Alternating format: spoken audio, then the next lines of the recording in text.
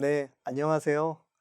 저는 한국디지털광고협회 이정일 팀장이라고 합니다.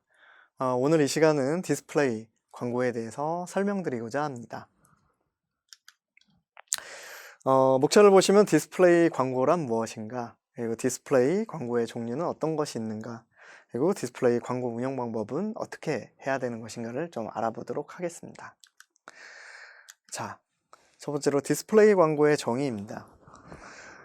위키백과에 나온 정의인데요. 여기 보면 디스플레이 광고는 배너 텍스트, 이미지, 비디오 및 오디오를 통한 온라인 그래픽 광고다라고 되어 있습니다.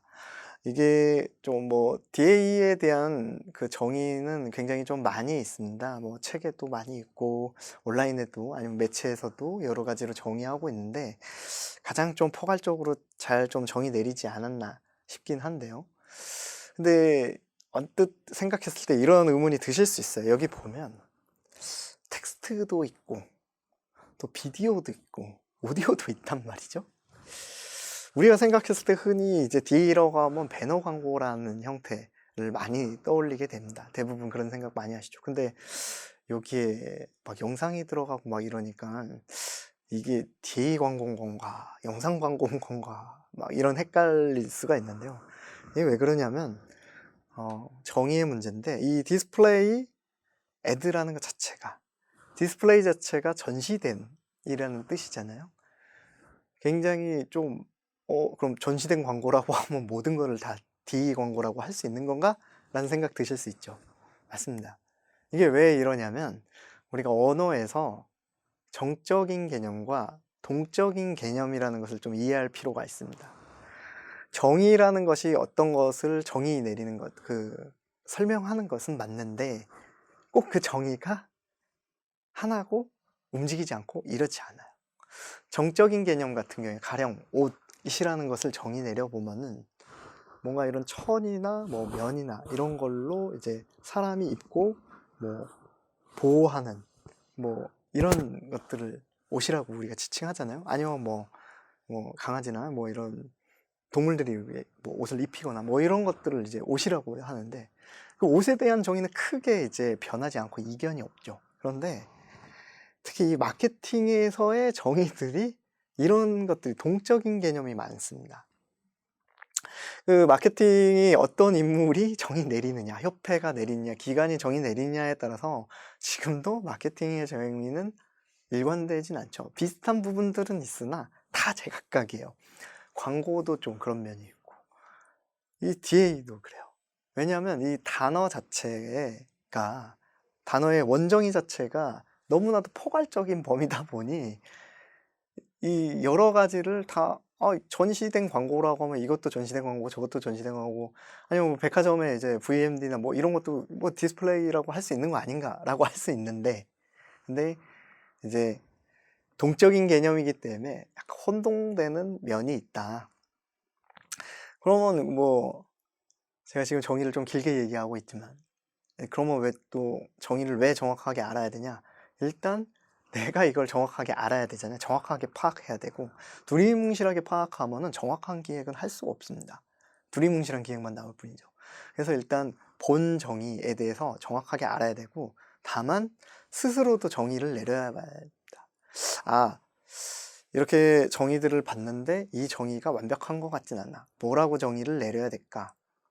이런 정의를 내려보고, 이렇게 정의를 내려보면 정확하게 그 개념에 대해서 이해할 수 있고, 또한 내가 파악하는 것뿐만 아니라 누군가 커뮤니케이션 할 때, 이제 마케터들은 굉장히 많은 사람들과 대화할 수밖에 없습니다. 근데 그 사람들 또한 이런 개념들이 헷갈릴 수 있거든요. 그랬을 때 그 사람의 얘기를 들어보면서 내가 정의를 내려봤으면은 어떤 개념에서 어떤 식으로 DA를 이해하고 계시고 그걸 얘기하고 있는 거구나. 그러면 이 핀트를 어떻게 맞추고 이제 대화를 이어나가야겠다. 이게 커뮤니케이션이 원활해지는 부분이 있습니다. 그래서 이렇게 정의에 대해서 그런 정의에 대해서도 찾아보시고 스스로도 정의를 내려보시고 이런 것들 좀 권장을 드립니다. 자, 그래서 그러면 이제 그 디스플레이 광고에 대해서 이제 포괄적인 이제 개념으로 보면 이렇게 정의할 수 있는데, 실무에서는 그럼 어떻게 정의를 보통 하는지를 한번 보죠. 실무에서 말하는 디스플레이 광고는 보통 단컷 형태의 이미지 배너 광고를 말합니다. 이런 개념에 대해서 정확하게 이해하기 쉬운 방법 중에 하나가 히스토리를 파악하는 겁니다. 여태까지 어떤 식으로 발전해 왔는지, 시간 순으로 어떤 식으로 진행되어 왔는지를 보면 되거든요. 초기에 인터넷 광고를 보면은 SA 광고 형태입니다. 키워드 광고죠. 왜냐하면 예전에 처음에 인터넷이 이제 개발됐을 때는 모두 다 영어밖에 없었어요. 텍스트밖에 없었거든요. 당연하죠. 이제 기술이 발전하지 못하니까 그래픽이나 영상이나 이런 거를 할 수가 없었어요. 그러니 그때는 광고를 한다고 하면 키워드 광고밖에 없었죠.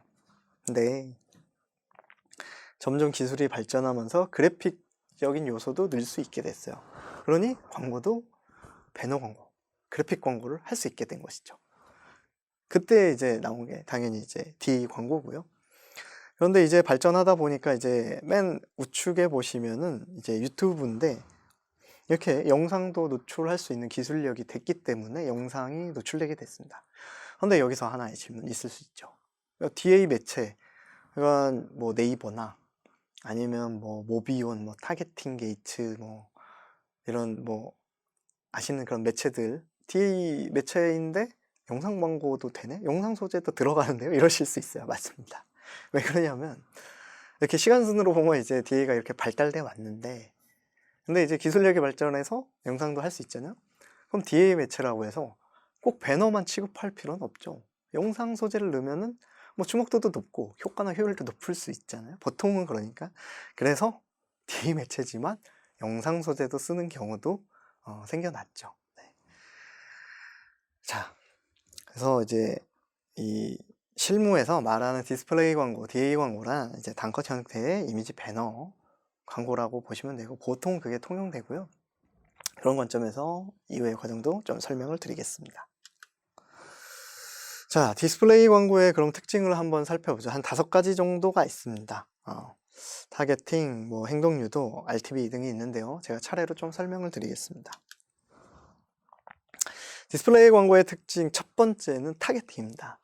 제가 이 시간 말고 미디어의 유형이라는 시간에서 애드 네트워크를 설명해서 타겟팅에 대한 설명을 한 적이 있는데요. 이 타겟팅이라는 것이 이제 DA의 왜 큰 특징이냐? 지금은 이제 뭐 에세이도 그렇고 뭐 영상들도 그렇고 유튜브도 그렇고 타겟팅을 모두 다 좀 뭐 각자 활용하지만 처음에 DA에서 시작을 했고, 애드 네트워크부터 이제 발전이 된 개념이기 때문에 이제 DA의 특징이라고 볼 수 있는데요. 여기 보시면은 이제 어떤 타겟팅을 할 수 있냐? 뭐 성별 타겟팅, 아니면 나이 타겟팅, 뭐 지역 타겟팅을 할 수 있고요. 아니면 이제 PC냐, 모바일이냐, 이런 다양한 타겟팅들을 할 수 있습니다. 그 매체가 제공하는 거에 따라서 굉장히 다양한 타겟팅이 존재합니다. 여기 같은 경우에 에이스 트레이더라고 하는 DMP 매체인데, 여기 보면 문맥 타겟팅, 뭐 데모 타겟팅, 앱 카테고리 타겟팅, 키워드 타겟팅 다양하게 있죠. 네. 두 번째로 다양한 형태입니다. 여기 보시면은 이제 여기 그 구글 GDN의 소재 종류에 대해서 나오는데 한 17가지 정도의 소재 종류를 보실 수 있는데, 우리가 이제 디지털 기기라는 게 모바일도 있고 PC도 있고 뭐 태블릿도 있고 굉장히 많잖아요. 그런 매체에 최적으로 이제 효과를 내기 위해서 다양한 소재 형태를 만들었고, 또 이렇게 단컷 말고도 영상도 있고, 아니면은 뭐 기탱에 뭐 버튼 같은 거 있어서 막 마우스 갖다 대면 막 이게 막 열리고, 아니 뭐 스크롤 내리면은 이게 막 쭉 뭐 펼쳐지고 뭐 굉장히 다양한 형태가 있거든요.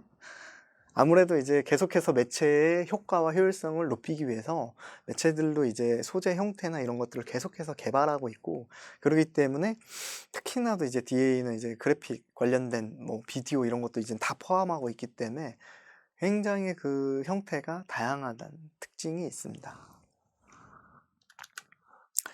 여기 보시면은 이제 인터웍스라고 하는 매체인데 이제 동영상을 노출하는 매체고요.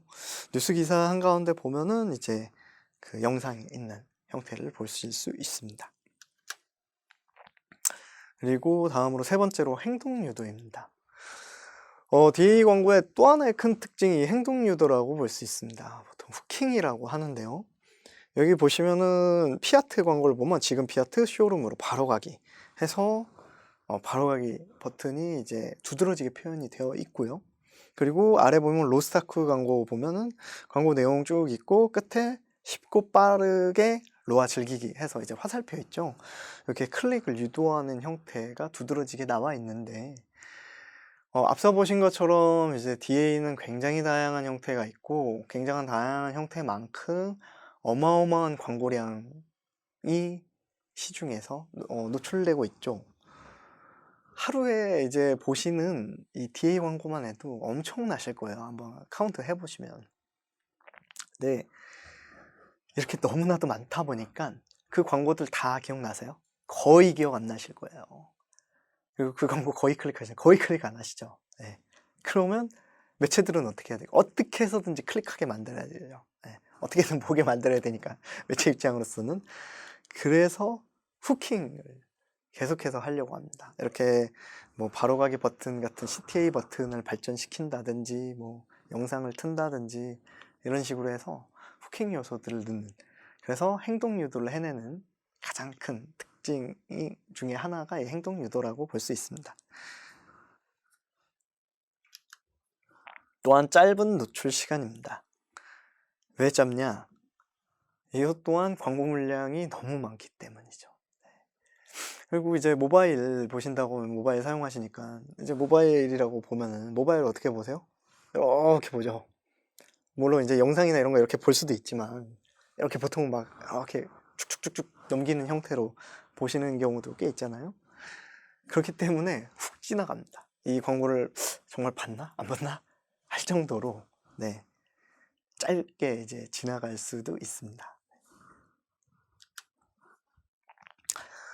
또한 RTB라는 게 있습니다. 리얼타임 비딩이라고 하는 것인데 이게 애드 네트워크라고 하는 초창기부터 있었던 것인데 가장 이 광고주의 목표를 제시하면은 거기에 가장 적합한 형태와 뭐 가격으로 매칭한다는 것인데 이게 이제 그 시스템화 돼 있어서 자동으로 이제 여러 매체 중에서 가장 최적화된 매체를 찾아주는 방식입니다. 이제 최적화된 가격으로 하는 방식인 거죠. 요게 이제 DA의 가장 큰 특징 중에 하나라고 볼 수 있습니다. 이렇게 5가지의 특징이 이제 DA 광고의 특징이라고 볼 수 있습니다. 자, 그러면 다음으로 디스플레이 광고의 종류를 한번 살펴보도록 하죠. 광고의 종류를 보기 전에 좀 분류를 좀 해보는 게 필요할 것 같아요. 워낙에 이제 DA 광고의 매체가 많이 있기 때문에 저는 한 6가지로 나눠봤습니다. 실무에서 좀 많이 쓰는 타입으로. 첫 번째로는 포탈, 두 번째로 웹사이트 앱, 그리고 빅 플랫폼, 그리고 DMP, 리워드, 기타 등등인데 보통 이제 미디어 플래닝을 하실 때도 이런 식으로 요 매체들을 구분으로 합니다. 왜냐하면 이 매체들이 이제 주로 영향력을 미치는 그런 형태들이거든요. 가령 이제 빅 플랫폼 중에서 GDN이나 GFA 같은 경우에는 그 DMP 형태에 굉장히 가깝거든요. 하지만 이제 DMP에 굳이 속하지 않고 별도로 이제 보통 생각하는 거는 보통 이제 그 구글이나 이런 게 모수가 굉장히 많고 이용자가 많기 때문에 영향력이 크기 때문에 좀 별도로 좀 생각하는 경향이 좀 있긴 합니다. 자, 그러면 하나하나 좀 살펴보도록 하죠. 먼저 포탈입니다. 포탈은 이제 특히 네이버가 좀 다른 편인데요. 이제 보시면은 이제 그 네이버 메인 페이지인데 홈페이지에 우측 중간에 보시면 굿네이버스 광고 보시면은 이제 타임보드 광고라고 하고요. 요거는 이제 워낙에 이제 처음에 나오기도 하고 상단에 나오다 보니까 주목도도 높고 효과도 좀 높은 편입니다. 그리고 우측에 보시면은 네이버 롤링보드라고 하는데 이제 로그인 버튼 아래에 있다 보니까 역시 좀 타임보드보다는 덜하긴 하지만 역시 주목도 있는 상품이고 또 상대적으로 타임보드보다는 이제 주목도가 살짝은 이제 조금 떨어지고 이제 좀 작기 때문에 요거는 좀 다른 방식으로 판매하고 있습니다. 타임보드는 CPT라고 해서 시간당 단위로 판매를 하는데 롤링보드는 CPT나 CPM 방식, CPC 방식으로도 판매하고 있습니다. 네. 그리고 우측에 보시면은 이제 트렌드 쇼핑이라고 해서 이제 상품들을 직접 이제 노출하는 방식, 예, 상품도 있고요. 우측 하단에 보시면은 닥터신 여기 공식몰 광고 보시면은 이제 자동차 광고 카테고리를 찍었을 때 이 중간 정도에 보면 오늘의 읽을 만한 글 아래 보시면은 그 여러 가지 주제들이 있잖아요. 그 주제 중에서 이제 자동차를 클릭했을 때 이 광고가 나오는 거고, 뭐 웹툰 경제 이거 누르는 거에 따라서 다른 광고가 나올 수도 있습니다. 이렇게 이제 네이버 첫 번째 홈페이지 메인 화면에도 여러 가지 상품이 있다라는 점. 네이버는 이제 그 버티컬 사이트도 많기 때문에 네이버 지면이 굉장히 여러 가지가 있죠. 그 중에 하나가 이제 네이버 금융인데, 우측에 보시면은 신한금융투자 광고인데, 이거 보시면은 이쪽이 이제 아무래도 주식이나 뭐 금융사들이 주로 광고하는 영역입니다. 개별 이제 사이트로 들어가는 사람들도 많기 때문에 주목도가 있고 효율이 있기 때문에 이런 영역 좀 관련 업종의 광고주들은 많이 쓰는 편이죠. 그리고 네이버 스포츠 보시면 중간 부분에 러너스 그 광고와 그리고 옆에 보시면 네이버 TV 자체 광고 나오는 거 보실 수 있습니다.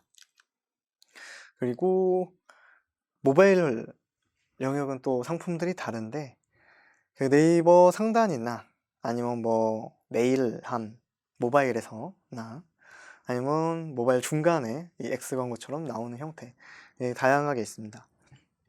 네이버 광고 같은 경우에는 지속적으로 이제 업데이트 되고 있고 이제 변화하는 면이 있어서 주기적으로 이제 업데이트해서 네이버에서 이제 그 매체 소개서에 올리니까 그거를 지속적으로 보시기 바랍니다. 다음으로는 웹DA입니다. 웹DA는 웹사이트 광고를 말합니다. 웹사이트 내에서 이제 자체적으로 광고 상품들을 만들어서 이런 식으로 이제 광고를 하게 되는데, 이거는 인벤이라고 하는 게임 정보 사이트예요. 여기 보시면 상단에 대항해 시대 광고, 띠 광고 맨 위에 있죠. 그리고 양 옆에 또 대항해 시대 광고 길게 있는 거 보실 수 있습니다. 그리고 중간에 뭐 영상 광고도 있고 또 작은 네모 정사각형 광고도 있는데, 이렇게 웹사이트들이 이제 또 광고 효율을 위해서 여러 가지 이유에 있어서 다양한 광고 상품들을 가지고 있습니다. 이런 것들이 이제 다 DA 영역에 포함되는 것이죠. 다음으로는 이것도 이제 웹사이트 광고인데, 이제 팍스넷이라고 하는 이제 주식이나 금융 관련된 사이트인데, 이 사이트도 보시면은 이제 좌측 상단에 보시면은 뭐 금융계산기라고 해서 자체 광고 운영되고 있고요. 우측 하단 정사각형 보시면 뭐 전문가 번호 뭐 해서 광고도 운영되고 있죠. 이렇게 웹사이트에서도 다양한 DA 상품들이 있는 걸 보실 수 있습니다. 요즘에는 이제 앱들을 많이 사용하니까 앱에서도 이제 DA 광고 많은데요. 가장 좌측에 보시면은 이제 그 배민 피자알볼로 광고 직사각형 형태, 그리고 세 번째에 보면은 블라인드라고 해서 직장인들이 많이 쓰는 커뮤니티 앱, 여기 보면 하겐다즈 이제 직사각형 역시 형태로 DA 광고 나가고 있습니다. 다음으로는 GDN입니다. 구글 디스플레이 네트워크라고 해서 이제 구글의 광고의 한 형태고요. 역시 DA인데요. 중간 정도 보시면은 이제 뭐 테무란 뭐 식기 건조대 광고 나오고 있고요. 우측에 보시면 메가패스 광고 DA로 나오고 있습니다. 그리고 메타 광고 같은 경우에 인스타그램과 이제 그 페이스북 광고인데, 여기 보시면은 이제 그 로고 옆에 맨 좌측에 보시면은 테라의 로고 옆에 보면은 광고라고 써 있죠. 그 옆에 센서빌리티 노트도 로고 옆에 광고라고 쓰여진 거 인스타그램 이제 광고입니다. 다음으로는 페이스북 광고입니다.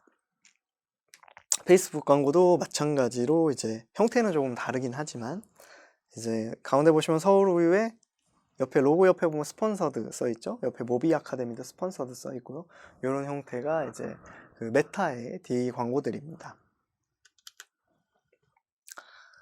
그리고 요거는 이제 DMP인데, 여기는 뽐뿌라고 하는 커뮤니티 사이트인데 자체 트래픽이 조금 낮아서 뭐 아니면 이제 광고주가 좀 영업이 좀 안 되는 경우에는 이렇게 자기의 그 공간들을 DMP 매체라고 하는 것들에 이제 빌려줍니다.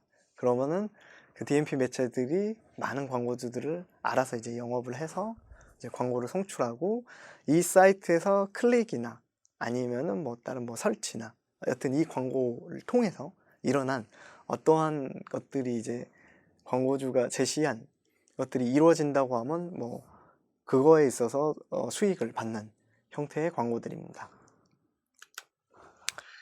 DMP 광고는 언뜻 보면은 그냥 이제 DA들이고요. 이제 흔히 보는 뭐 웹사이트 DA나 이런 거랑 동일해 보일 수도 있지만, 이제 그것을 누가 운영하냐에 따라서 좀 다른 거죠. 어느 매체사가 운영하냐, 웹사이트가 직접 운영하냐, 아니면은 별도의 DMP 매체사가 운영하냐에 따라서 좀 차이가 있는 것입니다. 그 다음으로는 리워드 애드입니다. 이제 리워드 애드 같은 경우에는 이제 광고를 클릭했을 때 아니면 광고에서 요구하는 행동을 했을 때 대가를 지불하게 됩니다. 보통은 돈을 주죠. 캐시 슬라이드, 뭐 캐시워크, 광고 클릭할 때마다 돈이 조금씩 쌓이죠. 네, 그래서 그걸로 이용해서 뭐 좀 뭐 커피도 사 드신다거나 뭐 이런 경우들 많이 있는데, 이제 좀 많이 보시는 형태가 이런 캐시 슬라이드의 첫 화면, 잠근 화면에서 이제 광고들 보면서 이제 뭐 클릭하면서 이제 뭐 리워드 얻기도 하고, 또 관심이 있으면은 뭐 클릭해보고 뭐 그거에 대해서 뭐 알아보기도 하고 뭐 구매하실 수도 있고, 이런 형태가 이제 리워드 애드라고 할 수 있습니다. 다음으로는 앱마켓입니다. 앱마켓에도 광고가 많은데, 여기 보시면 이제 여기 대항해 시대 광고 나오고 있죠. 이 대항해 시대 광고도 이제 네모 형태의 이제 그 배너 형태로 나오기 때문에 이것도 DA라고 볼 수 있습니다. 자, 제가 이제 여태까지 이제 디스플레이 광고 종류에 대해서 좀 설명을 드렸고요. 혹시라도 좀 더 자세히 아시고 싶으시면은 앞서 말씀드린 것처럼 제가 다른 강의했던 미디어 유형에서 좀 더 이제 그 매체 정보를 좀 더 얻으실 수 있습니다. 자, 그러면 다음으로 이제 디스플레이 그럼 광고는 어떻게 운영해야 되는가를 좀 간단하게 소개를 드릴게요. 이제 디스플레이 광고가 워낙에 많기 때문에 모든 것을 다 설명드리기에는 좀 시간이 부족할 것 같고요. 그리고 또 다른 강의들 보시면 이제 개별 매체에 대해서 또 설명하고 있기 때문에 추가적으로 필요하신 정보는 또 그런 강의를 좀 더 같이 보시면 좋을 것 같습니다. 자, 일단 디스플레이 광고의 진행 프로세스를 한번 보죠. 자, 일단 광고를 진행하려면 광고를 기획해야 되고요. 그리고 미디어 플래닝하고 소재를 제작해야 됩니다. 요 세 가지 과정은 그냥 일반적인 우리가 광고 기획 과정이기도 하죠. 물론 뭐 작은 광고 뭐 소액으로 진행하거나 딱 정말 뭐 어떤 매체만 진행했을 때는 이런 과정이 약간 스킵될 수도 있긴 하지만, 뭐 작게나마도 기획이라는 건 언제나 들어가니까요. 자, 이렇게 그러면 이제 광고 기획이나 미디어 플래닝 이런 걸 통해서 목표가 결정이 되고 매체들이 결정이 되면, 자, 그 다음부터가 이제 디스플레이 광고의 본격적인 건데, 두 번째 줄에 이제 타겟팅, 어떤 타겟에 광고를 송출할 거냐, 노출할 거냐, 그리고 그럼 매체 세팅은 어떻게 할 거냐, 매체 이제 그 뭐 메타나 뭐 구글 같은 게 최적화하는 부분인데 뭐 입찰 단가를 어떻게 할 거냐, 뭐 이런 부분들이 있습니다.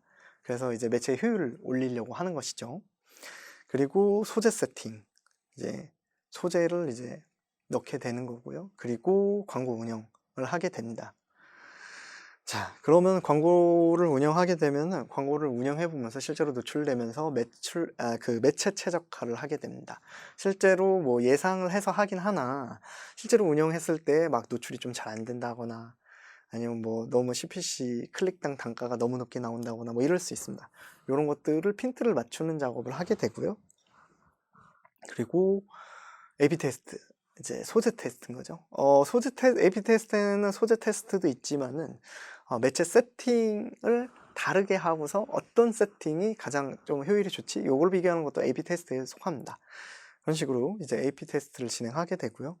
이렇게 어느 정도 테스트를 하면서 최적화 시켜서 운영하고, 그리고 성과 분석은 이제 운영하면서도 하고요. 운영하고 나서도 하고요. 네. 그리고 이런 분석을 통해서 추후 수정을 하거나 아니면 또 변경해서 하거나 이런 과정을 거치게 됩니다. 이렇게 디스플레이 광고 진행 프로세스를 좀 세부적으로 나눠보면 이렇게 여러 가지로 볼 수 있는데, 두 번째 줄부터 주요하게 좀 봐주시면 될 것 같습니다. 디스플레이 광고 진행에 대해서는. 자, 그러면 네. 그 전에 디스플레이 광고를 어떻게 믹스할까? 프로세스는 이러한데, 그러면 이제 이 DA 매체가 설명드린 것처럼 굉장히 많잖아요. 어떻게 선택해야 될까 하는 건데, 예산이나 목표나 효과와 효율, 기타 뭐 경쟁사들이 광고를 얼마나 한다든지 이런 상황에 있어서도 여러 가지 요소를 고려해서 여러 매체를 이제 고려해서 이제 믹스를 하게 됩니다. 요거는 이제 그 NHN 에이스라고 하는 곳에 이제 마케팅 보고서에 나오는 건데요. 실제 미디어 믹스는 이거보다 더 많이 보통은 복잡한 편이긴 한데요. 여기 보면은 이렇게 매체를 그렇게 선택하고 나면 우리의 뭐 예산이나 목표나 효과 효율 예측했을 때 이런 매체를 한번 해보자 라고 하면은 각 매체사나 아니면은 랩사에게 요런 매체에 대해서 미디어 믹스를 짜주십시오 라고 하면은 이런 식으로 이제 그 뭐 노출 영역이 어떻고 어떤 상품이고 광고비는 어떻고 노출 예상 노출량, 예상 클릭 이런 세부적인 지표들을 주게 됩니다. 이런 것들이 나오는 걸 이제 미디어 믹스라고 하고요. 이런 지표를 보고 지표를 봤는데 이거를 선택하는 게 나을 것 같아. 아니면은 믹스 보고 괜찮은 것 같아. 그럼 이대로 진행하자. 뭐 이런 식으로 결정을 하게 되고 진행을 하게 됩니다. 다음으로 실제로 이 디스플레이 광고를 어떻게 세팅할 수 있을 것인가, 구글 애즈로 한 가지 예시를 한번 들어보도록 하겠습니다. 구글 애즈나 메타나 이런 카카오나 네이버 뭐 GFE 같은 경우에는 직접 광고주에게 이제 세팅하는 이런 플랫폼을 제공해서 하는 편이고요. 물론 다른 매체들도 광고주가 직접 세팅할 수 있도록 그런 것들을 많이 만들어 놓긴 하는데, 이제 구글과 메타, 네이버, 카카오 같은 경우에는 최적화하는 요소나 굉장히 디테일하고 자세하게 있어서, 또 여러 광고주들이 있어서 뭐 직접 운영하는 경우도 있고, 여러 이유에 있어서 뭐 직접 운영하기도 하고 조절하는 요소도 많기 때문에 특별히 좀 따로 다루는 면도 있고 하긴 합니다. 아무튼 구글 애즈에 한번 세팅을 한번 보도록 하죠. 우측 상단에 보시면은 만들기라고 플러스 버튼이 이제 빨간색으로 보면은 있습니다. 요거를 클릭하고 그러면 다음으로 캠페인 목표를 선택하게 됩니다. 여기서 목표 설정 없이 캠페인 만들기를 저는 선택했고요. 그 중에서 이제 캠페인 유형이 나오는데 이제 어떤 종류의 이제 광고를 할 것이냐죠. 그래서 디스플레이 광고를 선택을 했고요. 여기에 예산은 얼마 쓸 거고, 입찰 목표.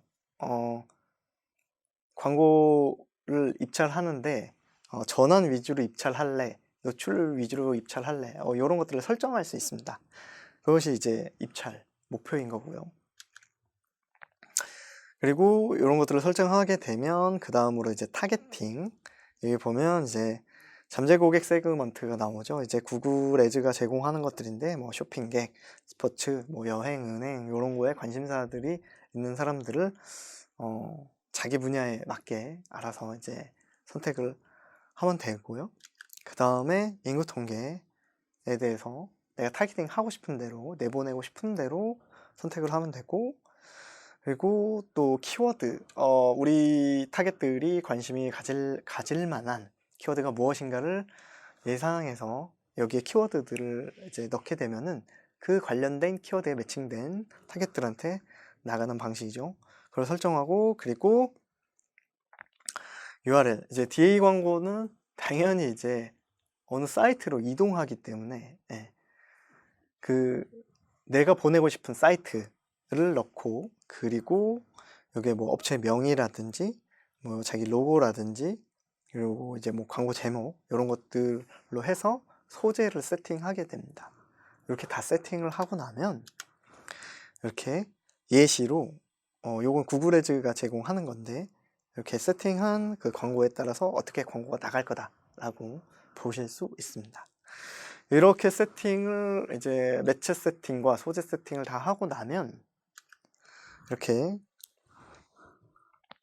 이 그림의 하단에서 보듯이 어떤 캠페인으로 세팅이 됐고, 뭐 예산은 얼마로 했고, 그리고 뭐 진행 상태는 어떻고, 광고를 운영하는 건지 아닌지, 그리고 뭐 노출수는 어떤지, 조회수는 어떤지, 이렇게 지표들을 볼 수 있는 이런 그 데이터, 예, 표가 보통은 대부분 다 나오게 됩니다. 네. 이런 식으로 디스플레이 광고는 세팅하게 됩니다. 뭐 플랫폼마다 뭐 세부 컨트롤하거나 세팅하는 부분이 조금씩 차이가 있을 수는 있으나 대체적으로 이런 식으로 세팅하게 된다는 점. 자, 그러면 디스플레이 광고의 성과 분석을 어떻게 할 수 있냐, 이 부분도 사실 좀 길게 말하면 길게 말할 수 있는 부분이지만, 네, 주요 부분 위주로 좀 설명을 드릴게요. 보통 이제 광고 대행사와 광고주가 주로 보는 수치가 좀 다릅니다. 둘 다 이제 효과 효율성의 지표를 아무래도 주로 보게 되는데요. 광고 대행사는 주로 이제 CPC, 이제 클릭당 단가와 CPA, 액션당 단가, 뭐 CPI, 뭐 CPS, 그러니까 설치나 뭐 세일즈 이런 단가들, CTR, 노출당 얼마나 클릭했는가, 소재 효율을 보는 지표이기 때문에 이런 거를 매체 지표를 좀 많이 보게 되고요. 광고주 같은 경우에는 아무래도 전환수, 전환율, CBR, 아니면 매출액, 로아스, 실질적인 성과 부분을 좀 많이 보는 경향은 대체적으로는 있습니다. 이건 뭐 대체적으로 본다는 것이지, 뭐 광고 대행사라고 해서 뭐 광고주가 보는 수치를 안 보고, 광고주라고 해서 뭐 광고 대행사가 보는 수치를 안 보고, 이런 것은 아닙니다. 일반적으로는 이런 수치들을 중심적으로 본다. 자, 이 외에도 디스플레이 광고 성과 분석은 이렇게 할 수 있습니다. 그 기본 지표 분석 있죠. 시간별로 이제 지표가 어떻게 나타났는지, 기간별로, 일별로, 주별로, 월별로, 연별로 어떻게 나타났는지, 아니면은 매체별로도 비교할 수 있죠. 뭐 카카오, 네이버, 모비온, 뭐 타겟팅 게이츠, 뭐 구글, 매체별로도 비교 분석할 수 있고요. 아니면 효과 효율 지표를 비교 분석할 수 있습니다. 앞서 말씀드린 것처럼 CPC나 로아스나, 뭐 요것도 이제 시간별, 뭐 일별로는 뭐 CPC가 얼마나 났다, 그래서 1년을 뭐 주일, 월요일부터 일요일 봤는데, 월요일부터 금요일까지 평일에는 얼마 나왔는데 주말에는 얼마 나오더라. 그리고 봄, 여름, 가을, 겨울 있는데 봄에는 얼마 나왔는데 여름에는 얼마 나오고, 뭐 겨울에는 얼마 나오고, 이렇게 계절별로도 비교 분석할 수 있고, 아니면 1월부터 12월 있는데 1월부터 12월 동안 어떻게 나왔는지도 비교할 수 있고요. 또 아니면 이슈 있을 때, 뭐 월드컵 있을 때, 뭐 올림픽 있을 때, 뭐 아니면 행사 있을 때, 아니면 뭐 다른 뭐 이슈 있을 때, 뭐 가령 이럴 수도 있죠. 뭐 전쟁 났을 때, 예, 뭐 외부에 이제 그런 경제라는 것이 상호 작용을 받으니까, 막 전쟁 때문에 뭐 경제가 어려워지면 또 어떻게 뭐 매체가 뭐 이럴 수도 있습니다. 그런 것처럼 이 네 가지의 그런 지표들을 종합적으로 비교 분석할 수 있습니다. 그리고 요것도 네 번째도 많이 하는데 평균 비교 분석인데 보통 우리가 어떠한 광고를 집행하게 되면 경쟁사 지표는 사실 알 수가 없습니다. 그렇죠? 이제 각자의 그 아주 중요한 데이터니까 이게 어떻게 볼 수가 없어요. 그러면 우리 광고가 잘했는지 안 잘했는지 어떻게 알 수 있지? 이게 많은 분들이 궁금해 하시거든요. 자, 첫 번째로 어떻게 하냐? 매체별로 업종별 평균 데이터라는 게 있습니다. 뭐 자동차면 자동차, 뷰티면 뷰티, 식품이면 식품, 여러 광고주를 상대하기 때문에 그런 평균적인 지표가 있습니다. 물론 그 지표는 당연히 평균이기 때문에 꼭 맞다, 안 맞다라고 하긴 그렇지만 그래도 그건 뭉뚱그려진 거기 때문에 우리가 알 수 있거든요. 그걸로 비교했을 때 우리가 평균에 비해서 얼마나 높게 나왔냐, 낮게 나왔냐 이걸 비교 분석할 수 있죠, 첫 번째로. 그리고 자사 캠페인이랑도 비교할 수 있죠. 저번 연도에는 이렇게 나왔는데 올해에는 이렇게 나왔네? 그래서 우리가 잘했나? 못했나? 왜 그런 거지? 뭐 잘한 건가 못한 건가? 외부 요인의 영향을 받은 건 아닌가? 이런 식으로 비교 분석할 수 있는 것이죠. 그렇게 다양하게 좀 비교 분석할 수 있다는 점. 이거는 이제 브런치의 김광수 작가라는 분이 이제 쓰신 글 중에 매체에 대한 성과를 가상으로 적으신 건데 여기 보시면 여러 매체가 있죠. 보면 노출부터 해서 뭐 클릭, CTR 일반적인 그 매체 리포트에서 볼 수 있는 지표들이 나와 있습니다. 그리고 이제 그 구분해 보시면은 다음 GDN, 뭐 네이버 BS 브랜드 검색을 말하는 것이죠.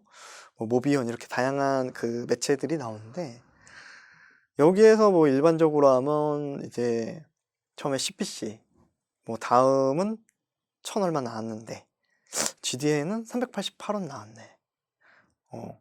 이렇게 보면은 다음이 너무 뭐 비싼 거 아닌가? 라고 볼 수 있는데 앞에 가서 또 보면 노출이 굉장히 작았어요. 다음이 클릭 수는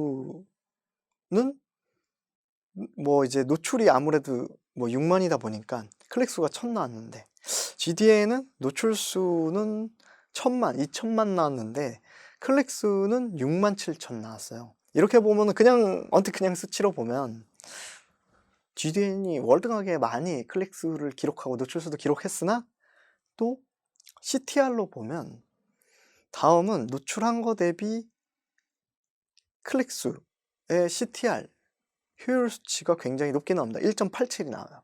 근데 GDN은 0.33밖에 안 나요. 물론 이건 이제 매체의 그런 이제 최적화 매체 자체가 하는 기능에 의해서도 이런 수치가 좀 달라질 수 있는 부분은 있습니다만 그냥 이 수치로만 한번 얘기를 해보면 다음은 조금 내보내도 클릭은 높을 수 있다. 다만 단가는 비싸다. 근데 GDN 같은 경우에는 노출이 많고 클릭이 많지만 엄청 많이 내보내야 클릭이 될 수 있다. CTR이 좀 낮으니까 다음보다는. 근데 또 CPC는 싸다. 물론 이 결과를 종합해 보면은 당연히 이제 적은 단가로 더 많은 걸 얻을 수 있으니까 GDN이 이제 좋다고 판단을 할 수 있죠. CPC 기준으로 판단을 해보면은 여튼 이런 기준으로 좀 뭐 비교 분석을 좀 할 수 있습니다. 그리고 뒤에도 보면 뭐 전환율도 네. 전환율 보면은 또 다음이 전환율은 또 높네요. 전환율은 또 6.51이 나와요. 근데 GDN 같은 경우엔 0.7 나왔죠. 그래서 CPA 단가를 또 보면 다음이 한 건당 전환 단가가 15,000원 정도 나왔는데 GDN은 55,000원이 나왔어요. 앞에 매체 성과적인 부분들을 보면 GDN이 좋아 보였는데 결론적으로 전환으로 봤을 때는 다음이 성과가 높은 걸로 나오고 있죠. 그래서 맨 끝에 보면 로아스 보면 다음이 이제 356% 나오고요.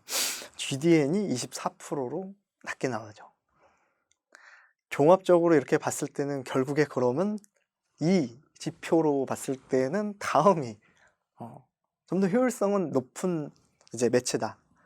근데 그럼에도 불구하고 그러면 GDN을 굳이 왜 써야 되냐? 물론 이제 사실 로아스가 100 언더로 나왔기 때문에 이런 경우라고 하면 사실 쓰면 안 되긴 하는데 이럴 수는 있습니다. 수치가 이렇게 나오긴 했지만 GDN 같은 경우에는 노출수가 다른 매체 다 봐도 제일 압도적으로 높아요. 그리고 클릭 수는 모비온이 좀 더 높긴 하지만 두 번째로 또 높네요.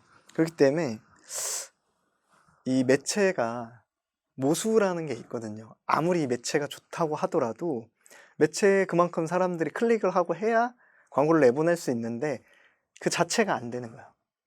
그만큼 클릭하는 사람의 한계가 온 거예요. 그러면 나는 광고비가 더 있는데 그럼 어떤 매체를 쓸까? 저 매체가 이 매체보다는 효율이 떨어지지만 나는 좀 더 광고비를 쓸 수 있고 저기에서 뭔가 좀 더 모수가 있어서 내가 광고비를 들여서 조금이라도 더 얻어낼 수 있어. 그러면은 투입해서 그 광고도 한번 해보자. 그 매체도 써보자. 이렇게 할 수 있는 것이죠. 또한 이 GDN이 지금 여기 로아스가 이제 24%밖에 안 나오긴 했지만 지표로 봤을 때는 이렇게 나오지만 전환이나 CTR 클릭률이나 전환율에서 낮게 나온 이유가 다른 이유일 수도 있습니다. 소재의 문제일 수도 있어요. 그러면 노출이 이렇게 많이 된다는 거는 풀이 크니까 우리 한번 소재를 바꿔서 한번 해보자. 그러면 이제 만약에 이제 그렇게 해서 클릭률이 높아지고 전환율이 높아진다고 하면 훨씬 좋은 로아스를 많은 풀을 가져갈 수 있으니까 또한 쓰는 의미가 있을 수 있는 것이죠. 네. 자, 제가 뭐 조금만 말씀드리긴 했는데 뭐 이런 식으로 성과 분석이라는 것이 단순히 이제 CPC, 뭐 로아스 이런 것만 보는 것이 아니라 노출부터 해서 여러 가지 수치를 봐야 되는 것이고요. 흔히 뭐 저는 이런 경우도 있었어요. 이제 검색 광고를 운영을 하는데 굉장히 많이 이제 캠페인을 세팅하고 운영을 했는데 도무지 이제 뭐가 전환이 잘 안 일어나더라고요. 왜 그럴까 잘 살펴보니까 이제 흔히 저도 많이 루틴하게 보다 보니까 CPC 보고 이제 뭐 로아스 보고 CPA 보고 전환수만 보다가 앞에를 보니까 즉 노출수를 보니까 노출이 너무 안 됐던 거죠. 아차 싶었던 거죠. 정말 열심히 보고 했는데도 순간 이제 이런 수치들 왜냐면 광고 세팅하면 노출이 나간다는 걸 당연하게 생각하기 때문에 자칫 잘못하면은 가장 기본인 이런 수치들에 대해서 놓칠 수도 있습니다. 실제로 뭐 제가 겪었던 것처럼 그런 경우가 있으실 수도 있고요. 네. 그래서 뭐 기본적으로 당연히 주요로 보는 수치들 CPC나 이런 것들을 봐야 되지만 전 지표를 꼼꼼하게 좀 봐서 앞서 설명드린 4가지처럼 그 외에도 뭐 기간이든 아니 뭐 효과든 뭐 보통 뭐 업종 평균이든 이런 거 외에도 다양한 그런 비교 분석을 해보시라. 성과 분석할 때 그게 크게 중요합니다. 또한 특히나도 제가 강조드리고 싶은 거 또 하나는 결과 분석을 꼭 하라는 겁니다. 당연히 그게 성과 분석인데 캠페인을 운영할 때는 막 이제 광고주도 그렇고 광고주가 직접 운영을 하든 뭐 대행사를 쓰든 막 이제 나올 때는 운영을 할 때는 막 수치가 안 나오면 막 그거 갖고 막 열심히 막 얘기하고 막 하는데 딱 끝나는 순간 그래도 뭐 어느 정도 뭐 만족하는 수준으로 했거나 하니까 뭐 실패할 수도 있지만 결과 분석을 의외로 그렇게 잘 안 해요. 집요하게 안 하고 결과 분석이 정말 중요하고요. 얻기 힘든 데이터고요. 내가 가장 기억에 남는 그런 데이터예요. 그게 거의 평생 갑니다. 그게 다른 거랑도 비교하기가 좋고 당연히 이제 뭐 광고주 입장에서도 자체 데이터기 때문에 물론 이제 그런 걸 뭐 잘하시는 분들은 잘 하시지만 안 하시는 분들은 너무 또 안 하시기도 하고 그 자체 데이터를 계속해서 보관하면서 월별로 연별로 계속해서 비교 분석하면서 해보세요. 그러면 우리한테 가장 최적의 매체는 뭐구나. 그랬을 때 광고 세팅은 어떻게 해야 되고 그랬을 때 소재는 어떤 걸 써야 되는 거구나. 여기서 우리가 효과와 효율을 더 올리려고 하면은 매체랑 이런 거 최적화는 좀 대부분 우리가 조절을 해봤는데 소재가 좀 약한 것 같아. 그럼 소재 어떤 부분을 좀 더 디벨롭 해야 될까? 아니면 바꿔야 될까? 아니면 뭐 기획을 좀 우리가 캠페인 방향을 좀 바꿔봐야 될까? 이런 포인트들이 나올 수 있거든요. 그래서 꼭 결과 분석을 귀찮거든요, 보통. 하지만 캠페인이 끝났다고 해서 끝난 것이 아니라 사실 이제 겨우 물론 뭐 길게 하실 수도 있고 하긴 하지만 보통 이제 월별 2달 뭐 이렇게 짧으면 뭐 할 수 있는데 끝나더라도 누가 신경 안 쓰더라도 혼자서라도 꼭 결과 분석을 아주 자세하게 하시고 그 결과 분석치를 가지고 계속해서 연장선에서 DA의 효과와 효율을 보시라. 그러면 정말로 이 DA를 잘 다루실 수 있을 겁니다. 네. 오늘의 강의는 여기까지 하겠습니다. 감사합니다.